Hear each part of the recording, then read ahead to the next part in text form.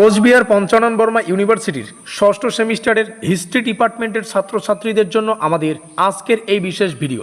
আমাদের এই ষষ্ঠ সেমিস্টারে মেজরের 3টা পেপার থাকে, মেজর 10, মেজর 11 এবং মেজর 12। ইতিমধ্যেই আমরা কিন্তু যে পরীক্ষা অ্যাটেন্ড করব আমাদের ইউনিভার্সিটি থেকে নির্দেশ অলরেডি জারি করা হয়েছে। আমরা নতুন পরিবর্তিত কোশ্চেন প্যাটার্ন এবং নম্বর বিভাজন অনুযায়ী কিন্তু পরীক্ষা অ্যাটেন্ড করব। তো যেহেতু একটা সাজেশনমূলক ক্লাস, এখানে প্রত্যেকটা বিষয় ক্লিয়ার করে দেওয়ার দায়িত্ব আমার। তোমরা দেখছো স্টাডিকা ডাব্লিউবি ইউটিউব চ্যানেল। নমস্কার, আমি বাপি বিশ্বাস। আমাদের নতুন যে পরিবর্তিত কোশ্চেন প্যাটার্ন এবং নম্বর বিভাজন রয়েছে, সেখান থেকে আমাদের পরীক্ষায় যে কোশ্চেন আসবে সেটা কিন্তু এখন 1 নম্বরের প্রশ্ন আসবে এবার পরীক্ষায়, জাস্ট আ মিনিট, 5 নম্বরের প্রশ্ন আসবে এবং 15 নম্বরের প্রশ্ন আসবে। এই হচ্ছে আমাদের পরিবর্তিত নতুন কোশ্চেন প্যাটার্ন এবং নম্বর বিভাজন। তো গল্পটা হচ্ছে এই, একটা ভালো স্কোর তৈরি করতে গেলে 5 এবং 15 নম্বরের প্রশ্নাবলীর পাশাপাশি 1 নম্বরের প্রশ্নগুলোও কিন্তু একটা গুরুত্বপূর্ণ ভূমিকা পালন করে। কারণ 17টা প্রশ্ন আসে, তার মধ্যে থেকে আমাদের 15টা প্রশ্নের উত্তর করতে হয়। জাস্ট আ মিনিট, 17টা প্রশ্ন আসবে, তার মধ্যে 15টা প্রশ্নের উত্তর করতে হবে। এখান থেকে 15 নম্বর, এটা কিন্তু একটা হিউজ নম্বর। তো এই হচ্ছে পুরো গল্প। তোমরা যদি 1 নম্বরের, 5 নম্বরের এবং 15 নম্বরের একদম ব্রহ্মাস্ত্র সিলেক্টিভ কোশ্চেন ভালো করে প্রিপারেশান করে এই সেমিস্টারটা পরিপূর্ণ করতে চাও, কারণ অনেক ছাত্রছাত্রীর এই ষষ্ঠ সেমিস্টারটাই লাস্ট, কারণ অনেকে আছে যারা 3 বছর গ্রাজুয়েশন ডিগ্রি করতে চাও, সেটা বড় ব্যাপার না। যারা 4 বছরও করবে তাদের তো এই সেমিস্টারটা অ্যাটেন্ড করতেই হবে। আমরা কিন্তু এই ষষ্ঠ সেমিস্টারের মেজরের 3টা পেপার, অর্থাৎ মেজরের যে প্যাকেজ সেটা কিন্তু দিচ্ছি 1450 টাকার বিনিময়ে। আজকের এই ভিডিও মারফত আমি একটা অফার দিতে চাই।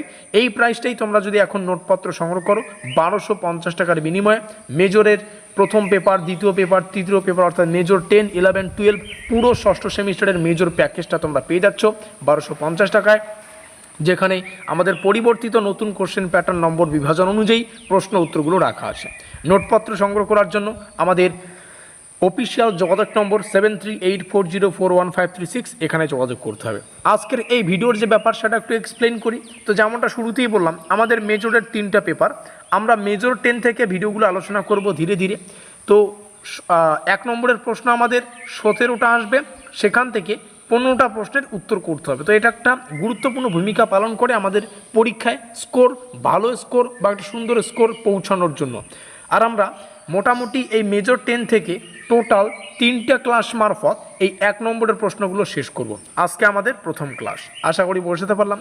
আমাদের পরীক্ষায় প্রত্যেকটা প্রশ্ন ইংলিশে থাকবে। আমরা তোমাদের বোঝানোর সুবিধার্থে প্রত্যেকটা কোশ্চেন বাংলাতেও রেখেছি, আবার ইংলিশেও রেখেছি। প্রথম কোশ্চেন, রেনেসাঁ বলতে কী বোঝায়? রেনেসাঁ শব্দের অর্থ কী? মানবতাবাদ বলতে কী বোঝায়?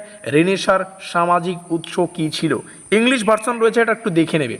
পিডিএফ, এই পিডিএফ ফ্রিতে অ্যাভেলেবেল রয়েছে। যদি আমাদের হোয়াটসঅ্যাপ গ্রুপে যুক্ত থাকো, হোয়াটসঅ্যাপ গ্রুপের লিঙ্ক আজকের এই ভিডিওর ডেসক্রিপশন বক্সে। মানবতাবাদ বা হিউম্যানিজম বলতে কী বোঝায়? রেনেসাঁর সামাজিক উৎস।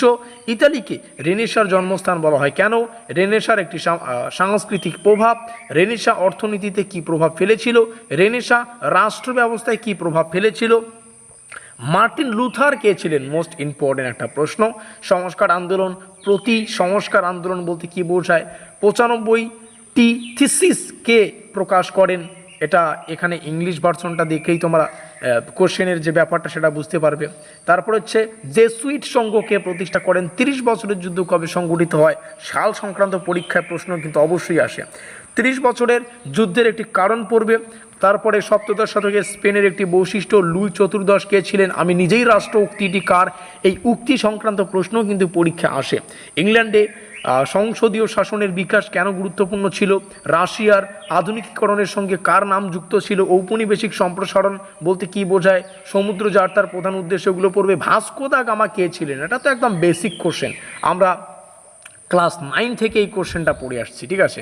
আজকে আমরা গ্র্যাজুয়েশন লেভেলে রয়েছি, একটা উচ্চ হায়ার এডুকেশনে রয়েছি, ক্লাস 12 পার করে আমরা কলেজ লাইফে রয়েছি। এই কোশ্চেনটা আমাদের পড়তে, কলম্বাস কোন দেশ আবিষ্কার করেন? এগুলো পড়তে পড়তে হয়তো আমাদের জল হয়ে গিয়েছে। পর্তুগালের প্রারম্ভিক ঔপনিবেশিক সাম্রাজ্যের একটি বৈশিষ্ট্য, বাণিজ্যিক বিপ্লব কী? মূল্য বিপ্লব কী? ভূমধ্যসাগর থেকে আটলান্টিক অর্থনৈতিক ভারসাম্য স্থানান্তর, এটা পড়বে। পরবর্তী চ্যাপ্টার থেকে সপ্তদশ শতাব্দীর ইউরোপীয় সংকট বলতে কী বোঝায়? ইংরেজ বিপ্লব পড়বে। অলিভার ক্রমওয়েল কে ছিলেন? ইংরেজ বিপ্লবের একটি রাজনৈতিক কারণ, বৈজ্ঞানিক বিপ্লব, গ্যালিলিও কে ছিলেন, নিউটনের মহাকর্ষ সূত্র কি, ভাববে না সায়েন্সের এখানে আসছে, যেখানে সিলেবাস সেখানে আমি, আর যেখানে আমি সেখানে গুরুত্বপূর্ণ কোশ্চেন। নিউটনের মহাকর্ষ সূত্র পড়বে, বণিকবাদ রয়েছে, বণিকবাদের বৈশিষ্ট্য, আমেরিকার স্বাধীনতা যুদ্ধ কারণ পড়বে, তা বোস্টন টি পার্টি কী ছিল বা কি এটা পড়বে, সংসদীয় রাজতন্ত্র পড়বে, নিরঙ্কুশ রাজতন্ত্র পড়বে, অষ্টাদশ শতকে ফ্রান্সে কোন ধরনের রাজতন্ত্র ছিল, ইংল্যান্ডে সংসদীয় শাসনের একটি বৈশিষ্ট্য, এই বৈশিষ্ট্য টাইপের কোশ্চেন খুব কম আসে। শিল্প বিপ্লব বলতে কী বোঝায়, বাকি কোশ্চেনগুলো দেখিয়ে নিলাম। শিল্প বিপ্লব প্রথম কোথায় শুরু হয়, বাষ্পীয় ইঞ্জিন কে আবিষ্কার করেন, মোস্ট ইম্পর্টেন্ট একটা কোশ্চেন।